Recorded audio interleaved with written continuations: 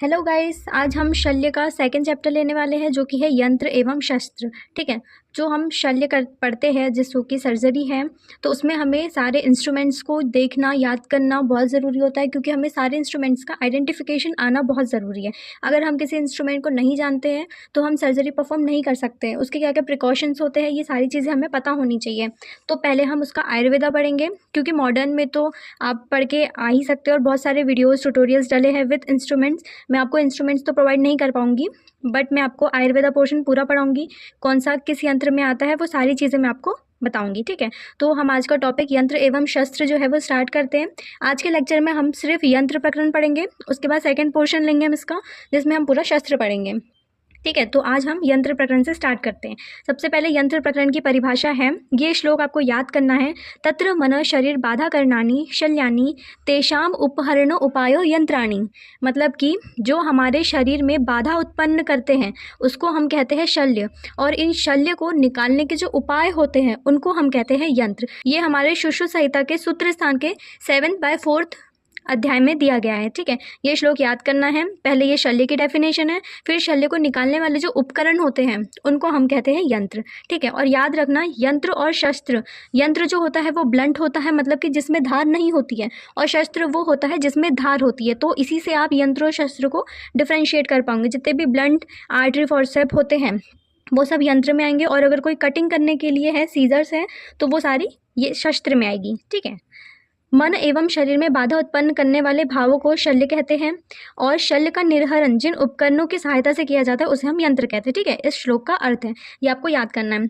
फिर यंत्र के हम प्रकार और उनकी संख्या देख लेते हैं। तो आचार्य सुश्रुत के अनुसार जो यंत्र होते हैं वो 101 होते हैं, और वाग्भट के अनुसार जो यंत्र है वो होते हैं 116। ठीक है। तो जो हमने यंत्र देखे 101, ये जो है आकृति भेद से 6 प्रकार के होते हैं, जो कि है स्वास्थ्य यंत्र, संदंश यंत्र, ताल यंत्र, नाड़ी यंत्र, शलाका यंत्र और उपयंत्र। ठीक है। तो अब इन 101 का हम डिवीज़न देखते हैं।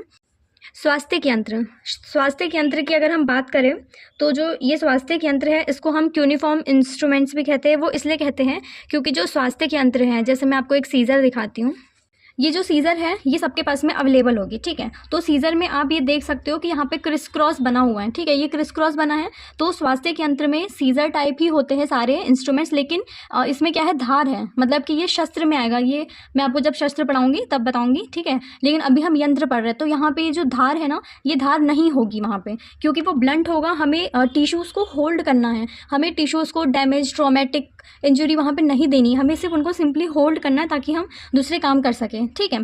तो वहाँ के जो स्वास्थ्य यंत्र है वो सीजर जैसे ही दिखेंगे, क्रिस क्रॉस, उसमें बीच में स्क्रू होगा। हाँ, सब में डिफरेंस होगा, जैसे कि जो आर्टरी फोर्सेप होता है उसमें यहाँ बीच में होगा और वो थोड़ा सा टेढ़ा होगा, कर्व शेप में होगा। ठीक है। तो वो अलग अलग वेराइटीज़ होती है। तो स्वास्थ्य यंत्र मतलब कि आप समझ सकते हो कि जो हिंसक पशु पक्षियों के मुख के सादृश्य जो है वो स्वास्थ्य यंत्र होता है, जो कि शल्य को निर्हरण करने के लिए होता है। ठीक है। तो स्वास्थ्य यंत्र सीजर जैसे ही होगा, पर वो ब्लंट होगा। ठीक है। तो ये स्वास्थ्य यंत्र आपको समझ में आया, ये ब्लंट होता है। ठीक है। उसके बाद में यंत्र के नाम हम किसके ऊपर रखे गए, जैसे कि सिंह मुख आकार का यंत्र होता है, कंक मुख होता है, व्याघ्र मुख, ऐसे बहुत सारे हिंसक पशु होते हैं, उनके नाम पर हम स्वास्थ्य यंत्र का नामकरण करते हैं। इसका कार्य क्या होता है, मजबूती से पकड़ना। मतलब कि जब भी हम कोई सर्जरी परफॉर्म करते हैं तो हम ऐसी ब्लंट सीजर्स लेते हैं जिससे हम टिश्यूज़ को होल्ड करते हैं, और वो टिश्यूज़ को इतने टाइटली होल्ड करते हैं कि जब हम परफॉर्म कर रहे हैं, हमें किसी आर्टरी या फिर वेनस ड्रेनेज करना हो या कुछ भी करना हो, तो उसमें वो जो फ्लैप है, स्किन के फ्लैप्स या टिश्यूज़, वो नीचे ना जाए और हमारे काम में रुकावट ना पैदा करे। ठीक है। तो इसलिए हम, इसकी पकड़ जो होती है बहुत मजबूत होती है, इसलिए हम इसको यूज़ करते हैं, और इसका प्रमाण होता है 18। फिर आते हैं संदंश यंत्र, इसको फॉर्सेप कहते हैं जनरली। इसमें 2 प्रकार के होते हैं, सन्निग्रह और अन्निग्रह। मतलब कि टूथ फॉर्सेप और नॉन टूथ फॉर्सेप। ठीक है। सन्निग्रह मतलब कि टूथ फॉर्सेप होता है। फॉर्सेप मीन्स जो आपने देखा होगा आईब्रोज करने वाला, वो एक फ्लैप टाइप से, ऐसा सपोज ये एक वो है, और ये वो, ऐसा फॉर्सेप जो होता है जिसको हम होल्ड करते हैं, या हम अपने आईब्रोज के हेयर रिमूव करते हैं। ठीक है। वो होता है फॉर्सेप। तो 2 प्रकार के होते हैं। एक में होता है टूथ, मतलब कि यहाँ पे 2 टूथ लगे होंगे और इधर पे 1 टूथ लगा होगा, ताकि वो अच्छे से पकड़ बना सके अपनी, तो वो होता है सन्निग्रह, मतलब कि टूथ फॉर्सेप। और एक होता है असन्निग्रह, मतलब कि नॉन टूथ फॉर्सेप, वो सिर्फ प्लेन फॉर्सेप होगा ऐसे। ठीक है। ऐसे उठाने के लिए, तो वो होगा बिना टूथ वाला फॉर्सेप, उसमें टूथ नहीं होंगे। तो ये 2 प्रकार के यंत्र होता है संदंश यंत्र। फिर इसका कार्य क्या होता है, छोटे शल्य को पकड़ने के लिए, जो छोटे शल्य होते हैं ना उनको पकड़ने, जैसे कि कांटा चुभ गया हो तो इन सब को पकड़ने के लिए हम फोर्सेप का यूज़ करते हैं। इसकी संख्या 2 होती है और इसका प्रमाण होता है 16। ठीक है, फिर आते हैं ताल यंत्र। ताल यंत्र जो होता है वो स्पून जैसा होता है। सपोज ये मेरा हाथ ले लो, ये और ये जैसा मेरा हाथ का कर्व शेप है ना, वैसे जैसे कि आपने देखा होगा कान का जो मैल निकालते हैं ना उसमें जो यूज़ होता है वो, उसको हम ताल यंत्र कह सकते हैं। ठीक है, वो ताल यंत्र होता है स्पून जैसे। अब इसमें भी एक ताल और द्विताल होता है। जब हम गायनिक पढ़ेंगे उसमें भी हम देखेंगे कि एक सिम्स स्पेक्यूलम होता है जो कि द्विताल होता है, कस्को स्पेक्यूलम होता है, तो वो सब गायनिक की बात है। यहाँ पे भी ताल में इंस्ट्रूमेंट्स होते हैं, एक ताल और द्विताल इंस्ट्रूमेंट। ठीक है, फिर ये क्या होते हैं, कान नाक के अंदर जा करके वहाँ पे उनको पकड़ते हैं। जैसे कि मैंने बताया था कान का मैल निकालने के लिए जो इंस्ट्रूमेंट होता है उसको हम ताल यंत्र कहते हैं। ठीक है, फिर ये भी 2 प्रकार का होता है और इसका प्रमाण होता है 12। फिर आते हैं नाड़ी यंत्र। नाड़ी यंत्र जो होता है इसको आप स्पेक्यूलम कह सकते हैं। ठीक है, स्पेक्यूलम। और इसको हम अच्छे से बहुत समझे तो नाड़ी यंत्र आप समझ रहे होंगे कि नर्व जो होती है वो क्या होती है, एक होलो स्ट्रक्चर होता है, होलो स्ट्रक्चर, और बीच में क्या होती है, खाली रहती है। ठीक है, एक सर्कुलर होलो स्ट्रक्चर होता है जिससे आर्टरीज में ब्लड फ्लो होता है, वेन्स में वेनस ड्रेनेज मतलब कि डीऑक्सीजनेटेड ब्लड फ्लो होता है। वैसे ही हमारा नाड़ी यंत्र होता है, इसको हम नॉर्मली कैथेटर से ले सकते हैं। ठीक है, फिर इसमें होते हैं अर्श, बस्ती, जलोदर, ये नाम होते हैं यंत्र के। इसका कार्य होता है द्रव्य निकालना या अवलोकन करना। ठीक है, अब नाड़ी यंत्र कैथेटर से हम लोग यूरिन आउटपुट देखते हैं तो यहाँ से हम द्रव्य निकालेंगे। ठीक है, ये इसका कार्य होता है। फिर इसकी संख्या जो होती है 20 होती है। ठीक है, फिर आते हैं शलाका यंत्र। शलाका मतलब कि एक मजबूत रॉड। शलाका से आप ये समझ सकते हैं कि जब हम अंजन कर्म करते हैं मतलब कि सुरमा लगाते हैं ना, तो सुरमा लगाने के लिए हमें एक प्लास्टिक की रॉड मिलती है, एक प्रोब मिलती है, मतलब सॉलिड प्रोब मिलती है, उसमें कोई होलो स्ट्रक्चर नहीं होता है। तो वैसी प्रोब, तो यहाँ पे हम प्लास्टिक तो यूज़ नहीं करेंगे, यहाँ पे हमारे पास में लोहे की या फिर ताम्र, रजत, स्वर्ण, इन सब की हमारे पास में प्रोब होती है, उसको हम शलाका कहते हैं। ठीक है, तो यहाँ पे इस यंत्र में मूत्र शोधन, अंजन कर्म के लिए शलाका का यूज़ होता है। इसका कार्य है मार्ग निर्माण के लिए और इसको प्रोब कहते हैं। मतलब कि मार्ग निर्माण, जैसे कि हमने अर्श देखा या हमने एनएस मार्ग से हमें किसी चोट की गहराई पता करनी है तो उसमें हम शलाका इंसर्ट करते हैं और देखते हैं कि वो जो चैनल जो है ना उसका वो कितने एरिया तक के फैला हुआ है, वो हम इस शलाका से नापते हैं। ठीक है, तो उसमें हम उसको प्रोब कहते हैं। इसकी संख्या होती है 28। फिर आते हैं उपयंत्र। उपयंत्र मतलब कि ऐसे यंत्र जो हमें इन सब से अलग होकर के, जैसे कि रज्जू, वेलिका मतलब कि रस्सी वस्सी जो उस टाइम पे अवेलेबल हो उसको हम यंत्र के जैसे यूज़ करें तो वो हमारे सारे उपयंत्र में आ जाते हैं। जैसे कि रज्जू, रस्सी, नाखून, चुबुक, बाल, दंत, अस्थि, ये सारी चीज़ें जो होती है ये उपयंत्र में आ जाती है। इसका कार्य क्या होता है, ये एक सहायक उपकरण होते हैं। मतलब कि वैसे तो यंत्र में नहीं होते, ये उपयंत्र होते हैं, क्योंकि हमारे पास में यंत्र है नहीं तो हम इनसे काम चला सकते हैं ताकि हम सर्जरी परफॉर्म कर सके एमरजेंसी टाइम पे। इसकी संख्या होती है 25। और ये जो नाड़ी, शलाका और उपयंत्र इन तीनों का जो प्रमाण होता है ये हम आवश्यकता अनुसार लेते हैं। ठीक है, तो एक बार हम इस टेबल को रिवाइज करते हैं।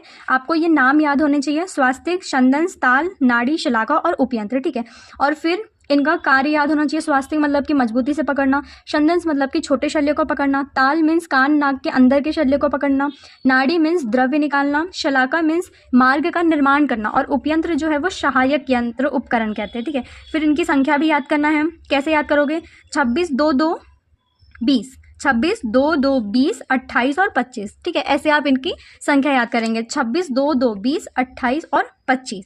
फिर इनका प्रमाण याद करना है तो स्टार्टिंग से जो 3 है उसका प्रमाण है 18, 16, 12, 18, 16, 12, और लास्ट के जो 3 है ये है आवश्यकता अनुसार। तो ऐसे आप ये टेबल को याद कर सकते हैं। ठीक है, फिर आचार्य वाग्भट के अनुसार हम देखते हैं, उन्होंने अपने सूत्र स्थान में यंत्रों की जो संख्या है ना वो 6 ही बताई है। उन्होंने क्या किया है, ये जो आचार्य सुश्रुत के स्वास्थ्य, छंदन, ताल, नाड़ी, शलाका है ये पास तो रखे हैं, और उपयंत्र की जगह पे उन्होंने अनुयंत्र कह दिया है बस। ठीक है, बाकी पूरे 6 जो है वो एज इट इज़ है।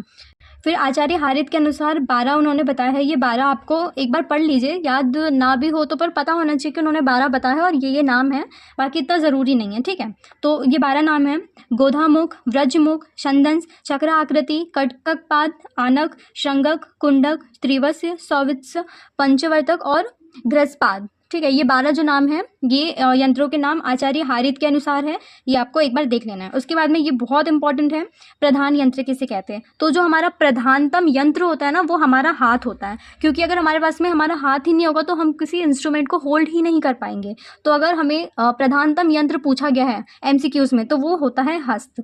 और दूसरा है प्रधान यंत्र, तो प्रधान यंत्र होता है कंकमुख यंत्र, ये आप याद रखना। प्रधानतम यंत्र जो है वो हस्त है और जो प्रधान यंत्र है वो होता है कंकमुख यंत्र। ठीक है, ये दो बहुत इंपॉर्टेंट है, आपको PG लेवल में भी आ सकते हैं क्वेश्चन इसके, और यहाँ पे UG लेवल पे भी आ सकते हैं, ये आपको पता होना चाहिए। फिर आते हैं यंत्र द्रव्य, यहाँ पे हर एक एक टॉपिक जो है ना ये बहुत ज़्यादा इंपॉर्टेंट है, आपको सारी चीज़ें एकदम याद होनी ही चाहिए। अब यंत्र द्रव्य, अब आप जानते हैं कि जितने भी इंस्ट्रूमेंट्स हैं ना वो ऑलमोस्ट लोहे के ही होते हैं। ठीक है, तो लोहे के होते हैं, तो सबसे इसका जो मुख्य जो होता है वो लोहा ही होता है। लेकिन अगर लोहे का अभाव है तो हम लोहे के जैसे स्वर्ण, रजत, ताम्र और अन्य धातु नाग, वंग, वैदुरी जैसे हम उनको ले लेते हैं। ठीक है, और अगर धातुओं का भी अभाव होता है तो उनके अभाव में हम दंत, शंख, वेणु, वृक्ष, सूती, अस्थि, वल्लक, अश्म, ये सारी चीज़ें हम ले लेते हैं। तो ये इनसे हम अपने यंत्र का निर्माण करते हैं। ठीक है, फिर द्रव्य का आकार देख लेते हैं।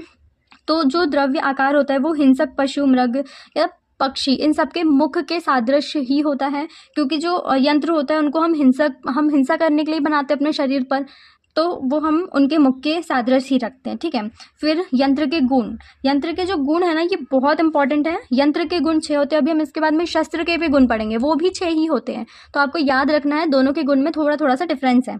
समाहितानि यंत्राणि खरसलक्षण मुखानि च सुदृढ़ानि सुरूपानि सुग्रहाणि च कार्येत, ये सुश्रुत सूत्र स्थान के 7वें अध्याय का 9वां श्लोक है, ये आपको याद रखना है। समाहितानि का अर्थ होता है जो हमारा यंत्र है, यंत्र जो होता है वो समप्रमाण में होना चाहिए, मतलब कि कहीं से उसका मोटा या कहीं से पतला नहीं होना चाहिए, या फिर बहुत ज़्यादा लंबा नहीं होना चाहिए, या फिर बहुत ज़्यादा छोटा नहीं होना चाहिए, तो मतलब समप्रमाण में होना चाहिए, इसलिए समाहितानि गुण का होना चाहिए। फिर है खर सलक्षणानि, मतलब कि जो यंत्र है हमारा वो आवश्यकता के अनुसार उसको खर भी होना चाहिए और मृदु मुख वाला भी उसको होना चाहिए। फिर है शूद्रंडानी, मतलब कि जो हमारा यंत्र है वो बहुत ही ज़्यादा मजबूत होना चाहिए, कि मतलब हम कार्य कर रहे हैं पता चल रहा है वो टूट जाए, तो ऐसा भी हमें यंत्र नहीं चाहिए है। ठीक है, तो वो शूद्रंडानी होना चाहिए। फिर है सुरूपानी, सुरूपानी मतलब कि जो यंत्र है हमारा वो सुंदर दिखने वाला होना चाहिए। ठीक है, मतलब कि उसकी जो बनावट है देखने वाला, मतलब कि एस्थेटिक होनी चाहिए। ओके, फिर है सुग्रहाणी, सुग्रहाणी मतलब है जब भी हम किसी सुलभ वस्तु को या फिर कोई दृष्टि को अगर हम ग्रहण करते हैं तो ग्रहण करने वाला होना चाहिए वो यंत्र हमारा, तो वो सुग्रहाणी में आएगा। ठीक है, तो ऐसे ही हमारे पास में 6 यंत्र के गुण होते हैं। अब आप बोलेंगे मैम यहाँ तो आपने 5 ही बताए हो, 6 कहाँ हुए? तो ये समाहितानि 1 हुआ, खर सलक्षण मतलब कि खर 1 और सलक्षण 1, मतलब कि ये 2 गुण आ गए ना इसमें, खर और सलक्षण, तो ये दोनों गुण मतलब कि 2 गुण हो गए इसमें। उसके बाद में सुदृढ़ानी, सुरूपानी और सुग्रहाणी। ठीक है, तो ऐसे हमारे 6 यंत्र के गुण हुए। इसके बाद में हम यंत्र के दोष पढ़ेंगे।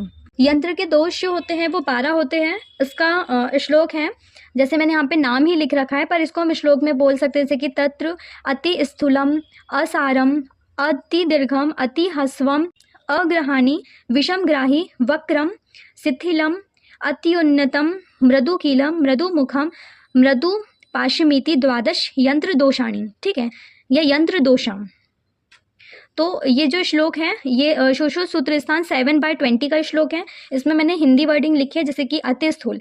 अति स्थूल का मतलब अब आप जानते ही, ये नाम से अति स्थूल का मतलब होता है कि यंत्र का अधिक मोटा हो जाना, तो यंत्र को अधिक मोटा नहीं होना चाहिए, क्लमसी नहीं होना चाहिए। ठीक है, तो ये अति स्थूल। आसार का अर्थ है कि जो यंत्र होना चाहिए हमारा वो उत्तम धातु से निर्मित होना चाहिए, मतलब कि उसमें अशुद्ध लोह नहीं होना चाहिए, मतलब कि शुद्ध धातु का इस्तेमाल उसमें होना चाहिए। फिर है अति दीर्घ, अति दीर्घ मतलब कि जो यंत्र है हमारे वो बहुत ज़्यादा लंबे नहीं होने चाहिए, क्योंकि अगर लंबा होगा तो हम उस पर कार्य नहीं कर पाएंगे, हम उसको होल्ड ही नहीं कर पाएंगे। अति ह्रस्व भी नहीं होना चाहिए, अगर बहुत ज़्यादा छोटा होगा पता चल रहा है हमारे हाथ में ही ना आए, तो ऐसा यंत्र भी नहीं होना चाहिए। फिर है अग्रहाणी, अग्रहाणी मतलब कि जब हम किसी यंत्र की पकड़ को देखें या उसकी ग्रहण करने की क्षमता को देखें, तो उसकी जो क्षमता होनी चाहिए ग्रहण करने की, जैसे हम टिश्यू होल्ड कर रहे हैं तो उसको अच्छे से उसको ग्रहण करना चाहिए।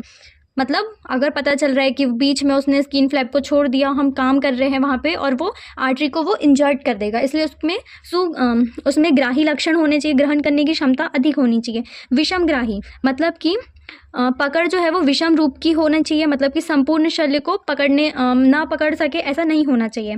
फिर है वक्रम, मतलब यंत्र जो है ना वो टेढ़े मेढ़े नहीं होने चाहिए।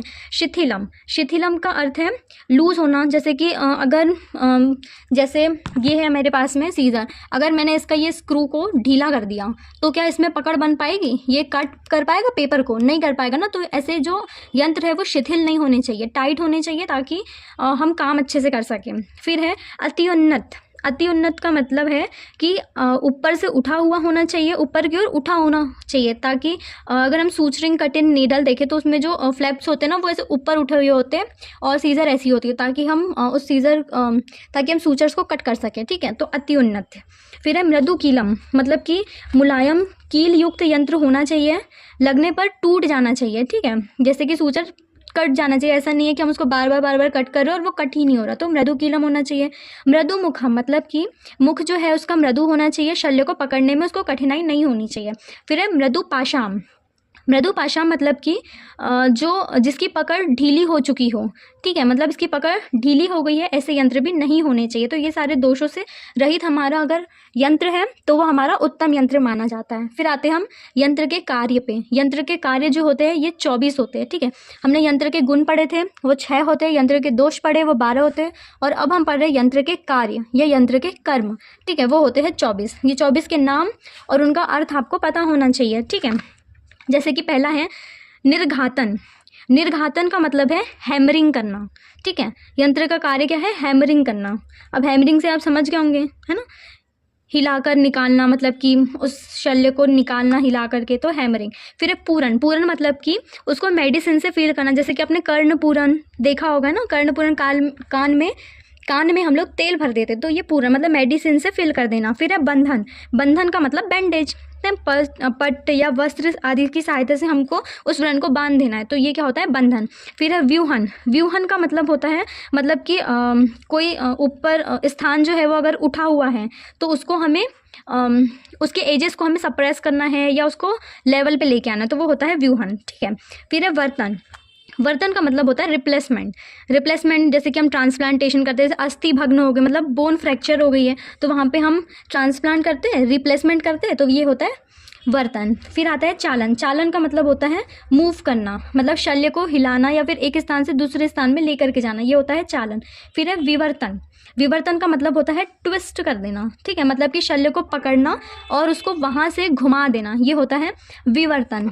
ठीक है, फिर आता है विवरण। विवरण का मतलब होता है डायलेटेशन। डायलेटेशन करना। अब डायलेटेशन से आप समझ सकते हो कि शल्य को पकड़ना और उसका क्या कर देना, उसको व्रण स्थान से उसमें छेद बना करके उसको अंदर ही कर लेना या फिर दृश्यमान कर देना, डायलेट कर देना। ठीक है, तो ये होता है विवरण। फिर है पीड़न। पीड़न का मतलब होता है प्रेशराइज करना, जैसे कि अगर हमें पस फॉर्मेशन हो गया है या रक्त का गोला बन गया है तो हमें उसको निकालना, ये होता है हमारे पास में पीड़न, मतलब कि प्रेशर करके उसको निकालना व्रण में से। फिर है मार्ग विशोधन। मार्ग विशोधन मतलब कि जो पैसेज है हमारा उसको प्योरीफाई करना या फिर क्लीन करना, ये हुआ मार्ग विशोधन। ठीक है, मतलब कि हमारे जो पैसेज है उसको प्योरीफाई करना, मतलब कि अवरुद्ध जो मार्ग है उसको हमें औषधि दे करके या शलाका के इस्तेमाल से उसको हमें शुद्ध करना जाएगा, हमारा मार्ग विशोधन।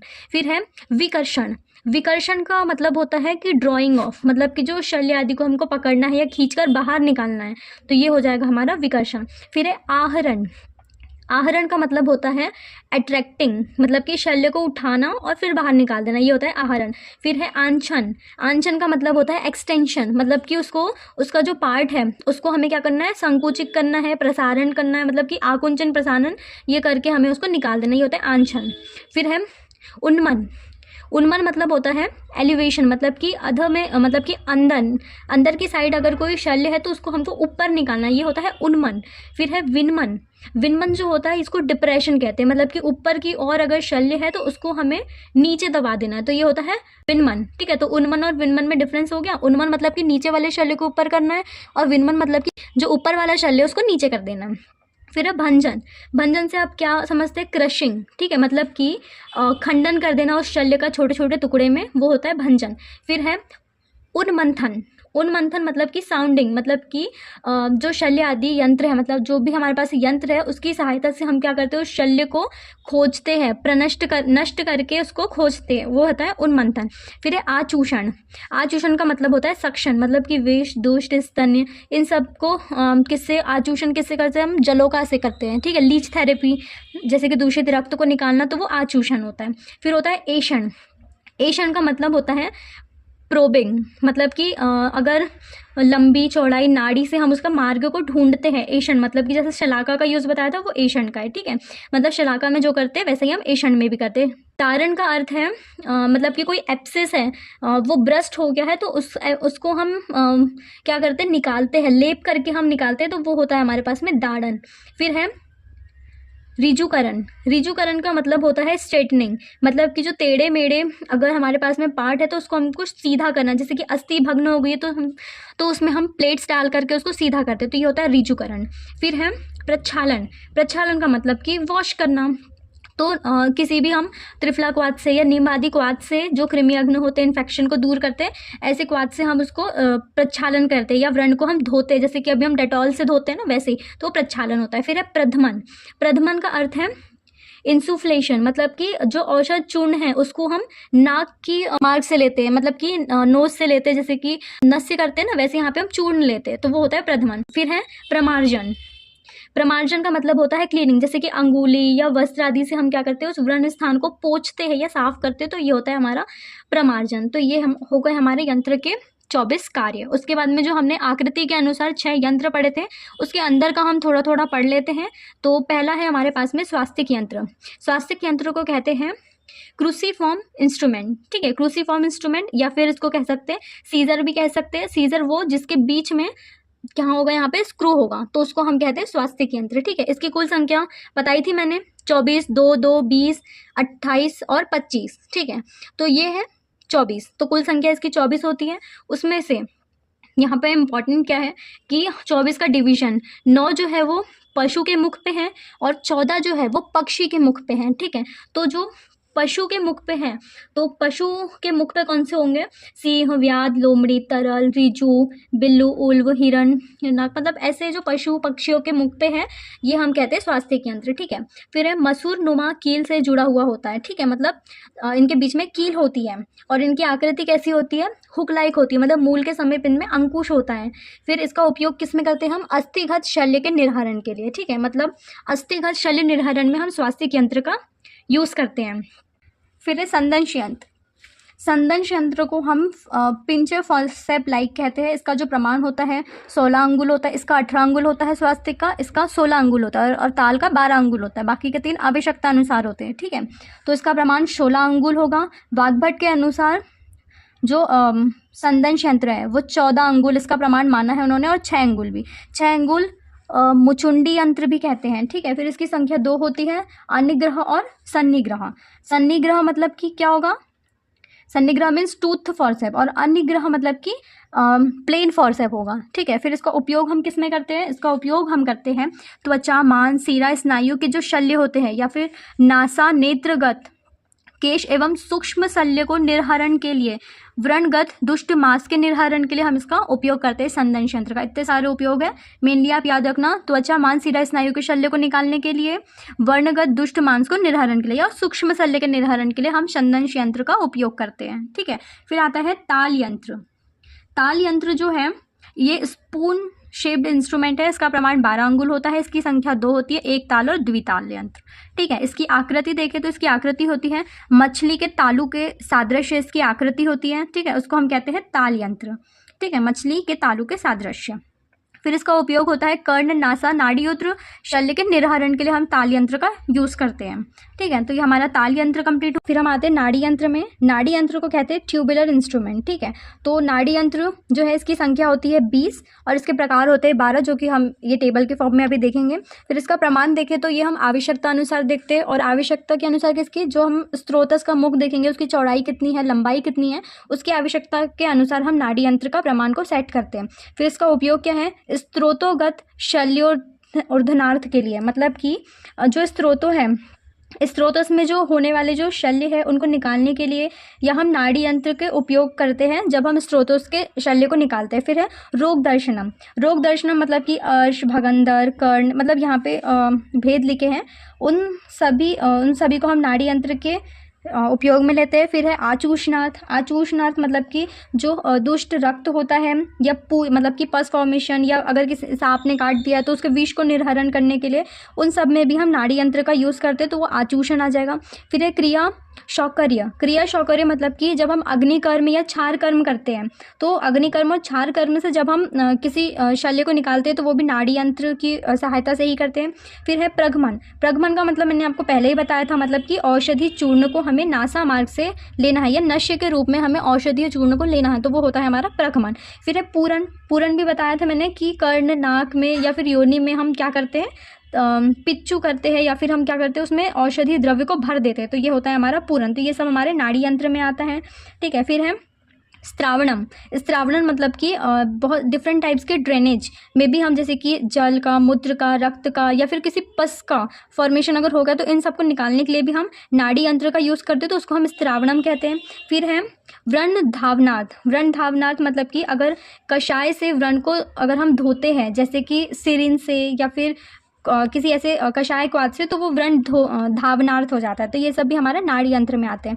फिर अब हम नाड़ी यंत्र के प्रकार को देखेंगे, ठीक है। तो उसमें है पहला हमारे पास में भगंदर यंत्र, ठीक है। तो भगंदर यंत्र जो है, भगंदर यंत्र इसमें इसका स्वरूप अगर देखें तो अर्श यंत्र के जो छिद्र है उसको ऊपरी किनारे को अगर हम निकाल देते हैं तो वो हमारा भगंदर यंत्र हो जाता है। इसके प्रकार जो होते हैं वो दो होते हैं, एक छिद्र और द्विछिद्र, ठीक है। एक छिद्र और द्विछिद्र इसके प्रकार होते हैं। फिर अगर इसका प्रमाण देखें हम तो 4 अंगुल इसकी लंबाई होती है, ठीक है। फिर इसका उपयोग किस में करते हैं हम, तो इसका उपयोग है शस्त्र, क्षार, अग्नि, इनके प्रयोग के दौरान हम इसका यूज़ करते हैं। एक छिद्र वाले का यूज़ हम करते हैं क्षार, शस्त्र, अग्नि के प्रयोग में, और द्विछिद्र वाले का यूज़ करते हैं हम गुदा के जो आंतरिक भाग है उसकी व्याधियों के निर्हरण के लिए हम इसका उपयोग करते हैं। फिर आते हैं हम अर्श यंत्र पे।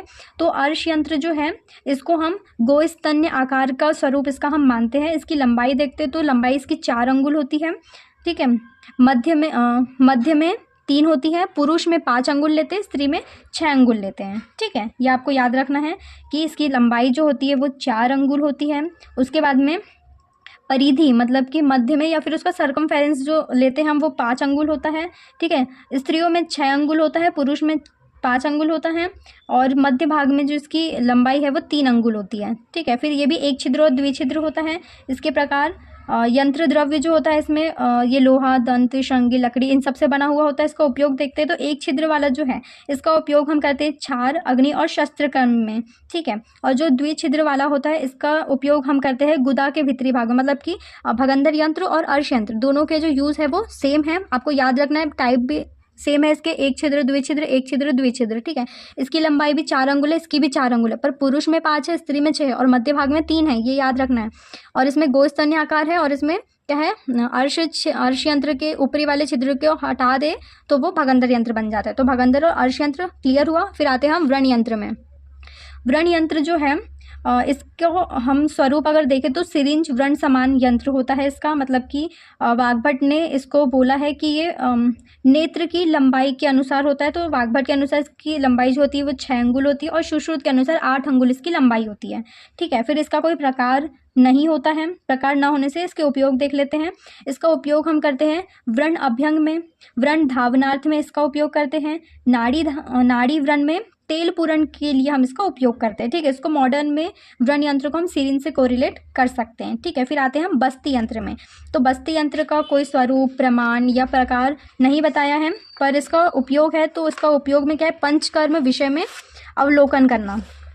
क्या है इसका उपयोग, पंचकर्म विषय का अवलोकन करना, ये हमारे बस्ती यंत्र का क्या है, उपयोग है, ठीक है। फिर वैसे ही हमारे पास में उत्तर बस्ती यंत्र है। इसका स्वरूप, प्रमाण, प्रकार कुछ नहीं है, इसका भी वही है। बस्ती और उत्तर बस्ती दोनों ही हमारे पंचकर्म विषय में आते हैं, ठीक है। तो इसका उपयोग वहाँ हो जाएगा। फिर है मूत्र वृद्धि यंत्र। मूत्र वृद्धि जो यंत्र है द्विमुखी नाड़ी यंत्र में इसका स्वरूप हो जाता है। इसका प्रमाण और प्रकार तो नहीं है, और मूत्र वृद्धि यंत्र है तो इसको हम मूत्र विस्त्रावण के लिए इसका उपयोग कर सकते हैं, ठीक है। फिर है जलोदर यंत्र। अब जो जलोदर यंत्र है ये भी जो है वो द्विमुखी नाड़ी को मोरपंख सादृश्य खोल कर रखना, मतलब कि इसका जो स्वरूप है ये होलो स्ट्रक्चर में होता है। होलो स्ट्रक्चर में मतलब ये भी द्विमुखी नाड़ी है जो कि मोर के पंख के सादृश्य होता है, ठीक है।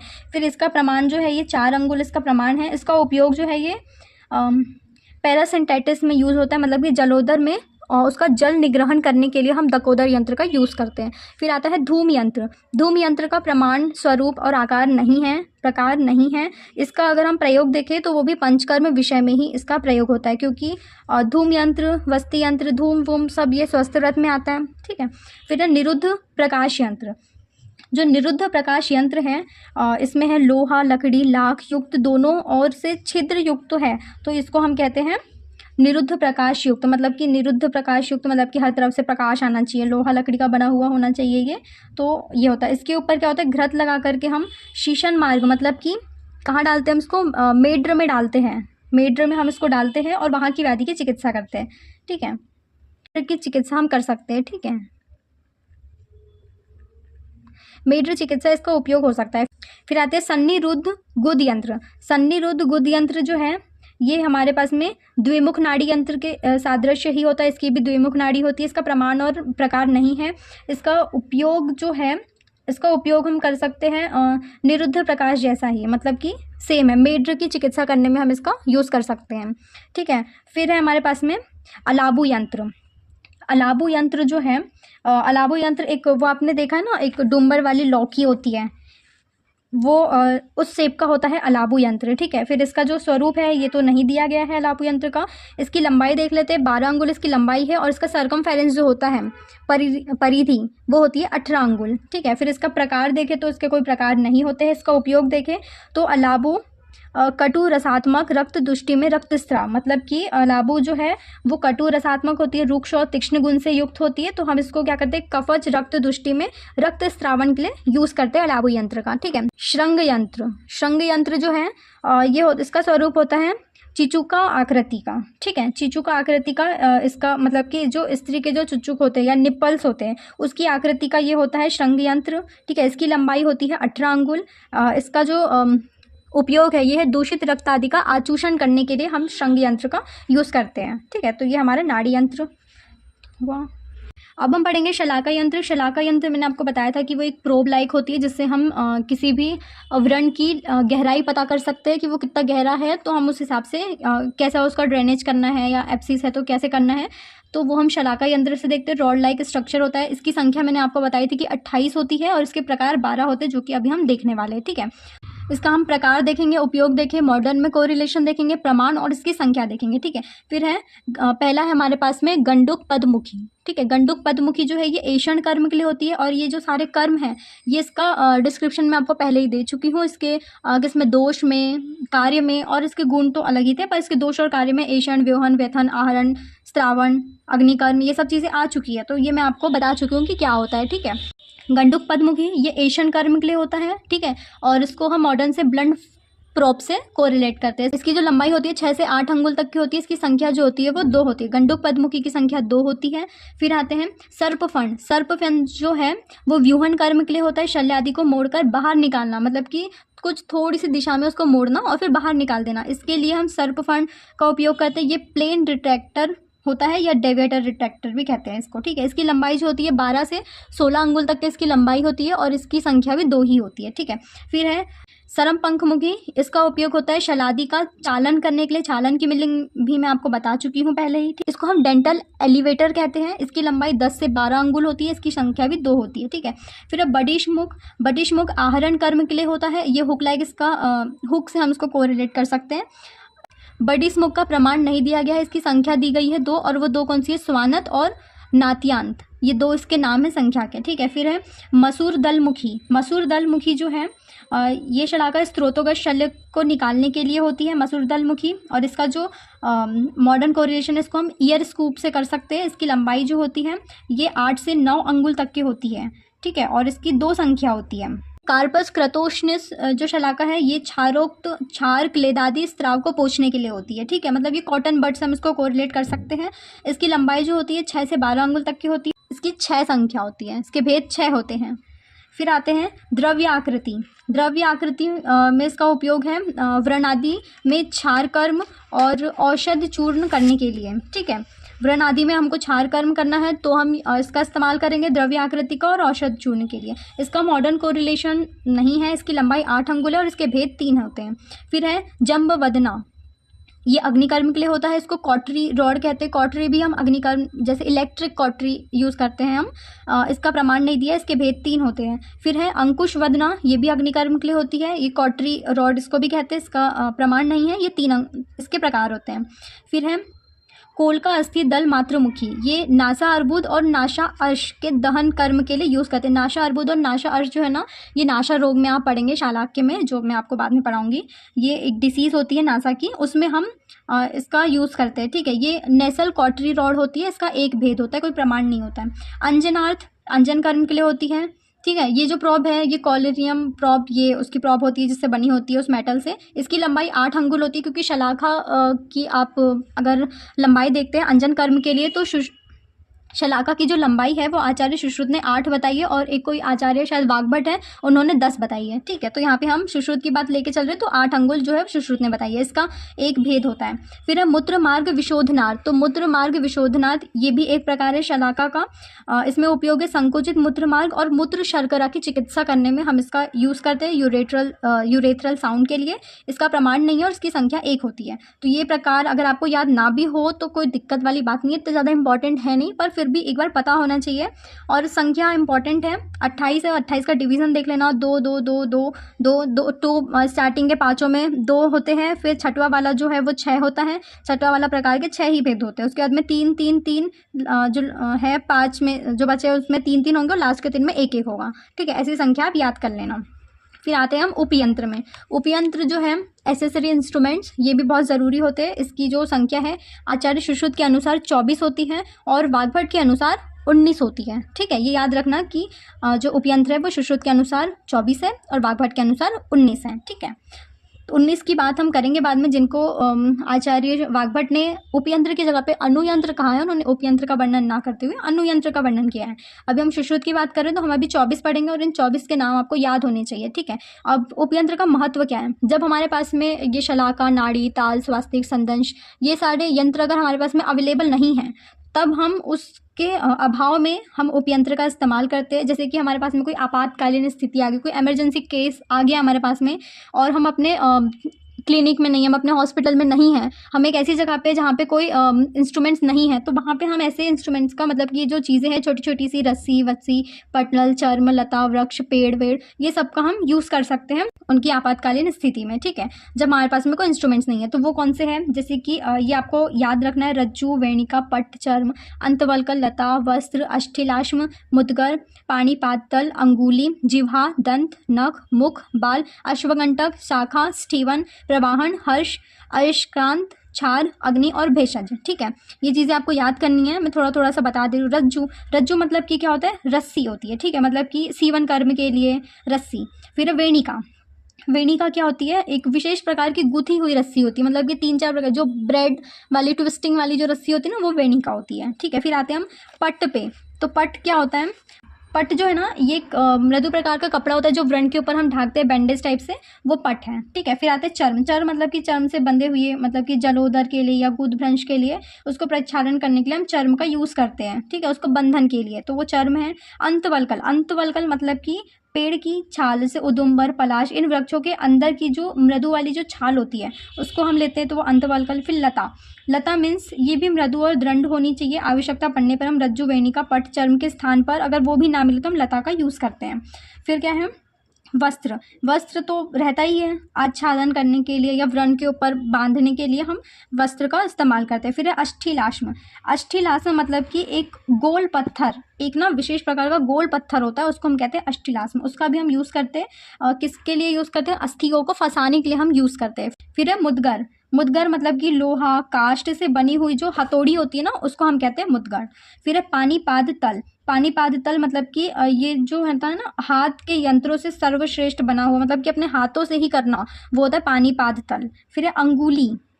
अपने अंगुलियों के प्रयोग से, जैसे कि वमन करवाना है, हमारे पास में वामक द्रव्य तो होंगे नहीं वहाँ पे कि मदन फल दे दिए दूध के साथ में और वो विरेचन कर ले, तो हम उसको बोलेंगे ये 3 उंगली इंसर्ट करेंगे उसमें और फिर उसको वमन हो जाएगी। तो ऐसे हम अपनी अंगुली का इस्तेमाल कर सकते हैं। जीवा को मतलब कि जीवा के द्वारा हम दांत में और मुख में फंसे हुए जो शल्य है उनको निकालने के लिए हम जीवा का यूज़ कर सकते हैं।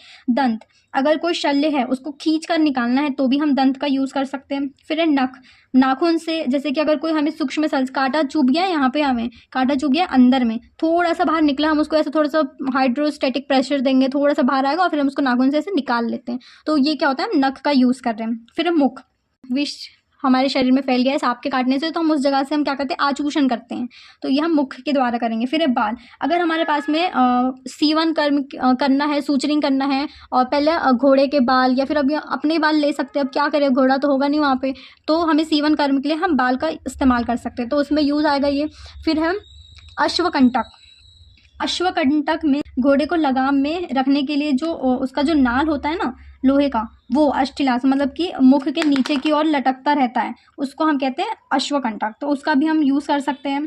किस लिए हम यूज़ करते हैं, चुबुक को मारने के लिए, चाबुक को मारने के लिए, या फिर घोड़े को हटाने के लिए उसकी ग्रीवा को, इन सब में हम अश्वकंटक का यूज़ कर सकते हैं। फिर है शाखा, शाखा में क्या कर सकते हैं हम, शाखा से जैसे कि अस्थि में फंसे हुए जो शल्य है उसको निकालने के लिए हम कर सकते हैं, या रज्जू से बांध कर उसमें हम उस वृक्ष की शाखा को अच्छी तरह से झुका करके भी बांध सकते हैं, तो ये सारी चीज़ें हम कर सकते हैं। फिर है स्टीवन, स्टीवन का मतलब मुख और गले में अगर श्लेष्मा है या शल्य के निकलने पर स्टीवन अगर हो जाता है तो वो उसका भी हम यूज़ कर सकते हैं।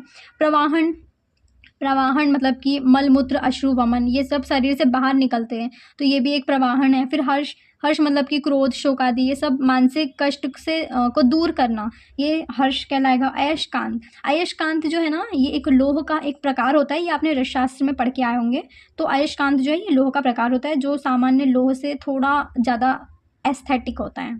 फिर आते हैं हम क्षार पे, तो क्षार क्या है, अगर कोई अनहेल्दी ग्रेनुलेशंस आ गए हैं तो हमें उसको निकालने के लिए हम क्षार कर्म का यूज़ करते हैं। अग्निकर्म, अगर हमें दहन कर्म करना है तो हम अग्निकर्म कर देंगे। भेषज मतलब कि अगर कोई औषधि वमन विरेचन या ऐसे कुछ करवाना है तो हम उसको भेषज करवा देंगे, ठीक। तो ये हमारे जो है 24 ये उपयंत्र कहलाते हैं, ठीक है। तो ये हमारा उपयंत्र हो गया।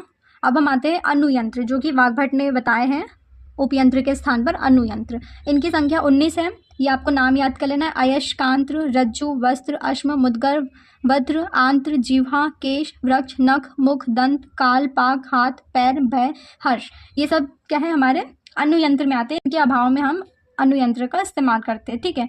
योग्य स्थान पर कुशलतापूर्वक इसका उपयोग करना चाहिए हमें। उसके बाद में हमारा जो शस्त्र है ये कंप्लीट हो चुका है, इसमें हमने उसके पूरे आकृति भेद से स्वास्थ्य, संदन, ताल, नाड़ी, शलाका, उपयंत्र और अनुयंत्र ये सारी चीज़ें हम देख चुके हैं, उनके अंदर के भेद देख चुके हैं, उनका उपयोग, मॉडर्न कोरिलेशन, प्रमाण, उनकी संख्या और उनका कहाँ कहाँ इस्तेमाल करते हैं, सारे उपयोग हम देख चुके हैं। तो हमारा जो यंत्र है वो कंप्लीट हो चुका है। नेक्स्ट लेक्चर में हम शस्त्र प्रकरण करेंगे, ठीक है। So thank you for watching.